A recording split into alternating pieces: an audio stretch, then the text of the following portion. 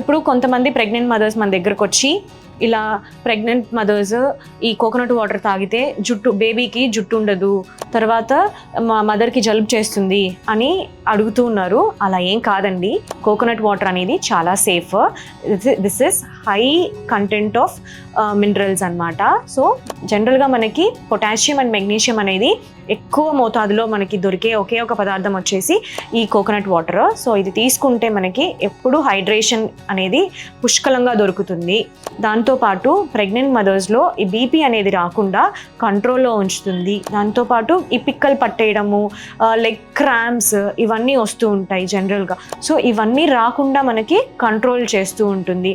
దాంతోపాటు pregnant మదర్స్లో urinary infections అనేది ఎక్కువగా అవుతూ ఉంటాయి అన్నమాట. సో ఈ యూరినరీ ఇన్ఫెక్షన్స్ని కూడా మనకి రాకుండా కంట్రోల్లో ఉంచుతుంది. దాంతోపాటు మనకి ఈ పొటాషియం, ఈ మెగ్నీషియం ఇవన్నీ ఉండనందువల్ల మనం బీపీ లెవెల్స్ కూడా కంట్రోల్లో ఉంచుతుంది అన్నమాట.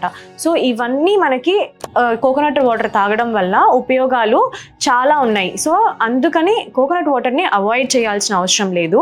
ఇఫ్ సపోజ్ డయాబెటీస్ ఉంది, ప్రెగ్నెంట్ లేడీస్లో డయాబెటీస్ ఉన్న వాళ్ళల్లో మాత్రం ఇది కొంచెం తగ్గించుకొని, అంటే అస్సలు తాగకూడదని కాదు, రోజు మార్చి రోజు లేకపోతే 2 or 3 days వన్స్ అలా కోకోనట్ వాటర్ని తీసుకోవచ్చు అన్నమాట.